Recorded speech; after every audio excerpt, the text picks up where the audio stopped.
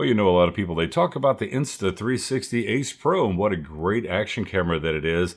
And like I've said, I think it is the best action camera of 2023. And I think going into 2024, that still may hold true. But nobody's talking about its sibling, the Insta360 Ace. Well, we're going to do a first look of it, and that's coming right up.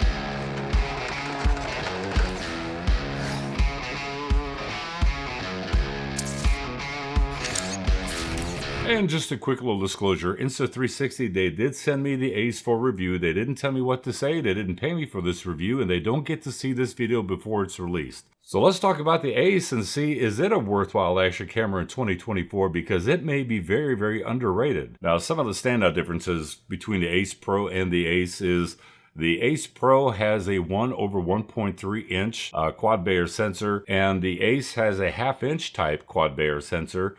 The aperture on the Ace Pro is a 2.6 and the aperture on the Ace is a 2.4. The Ace Pro can record up to 8K 24 frames per second, and the Ace can record up to 6K at 24, 25, and 30 frames per second. Now, regarding the physical size, they're basically the same size. There is a little bit of a difference between the two that is kind of noticeable right off the bat, and that is, if you look at the front lens on the Ace Pro, it has that red ring around it, but if you look at the side of it, it does not.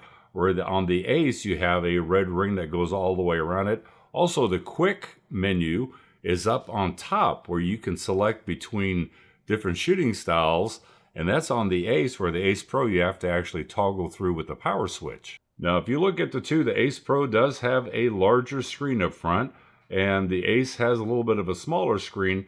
The only difference that's really going to make is just the information that you see on the screen is going to be just a little bit smaller on the Ace versus the Ace Pro. Now, the battery looks to be similar between the two as far as their size, but the Ace Pro has a 1650 milliamp hour battery, where the Ace has a 1700 milliamp hour battery, but they will both go 100 minutes at 4K 30 frames per second. Of course, there's another big difference between the Ace Pro and the Ace.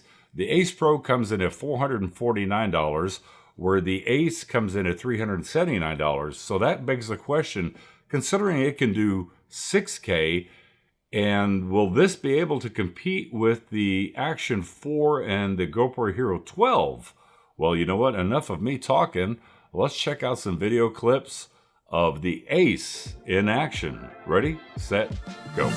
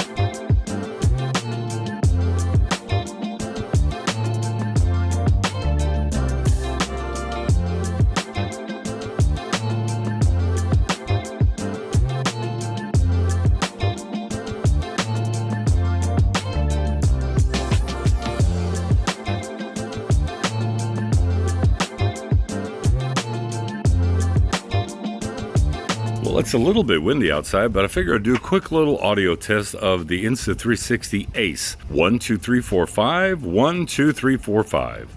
Yeah, the built-in microphones sound really good on this. So what are my first impression thoughts of the Insta360 Ace? I like it a lot. I like the fact that it's got that flip-up screen because doing selfies or doing vlogs is so easy with that flip-up screen. And also, if you're doing a very low-down shot, you can just flip it to the side and be able to still see the image without trying to look at the back of the camera.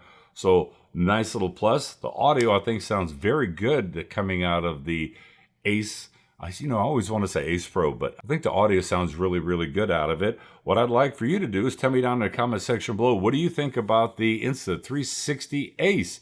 Do you like it? And also consider subscribing because I'm going to be doing a lot more comparisons of the Insta360 Ace.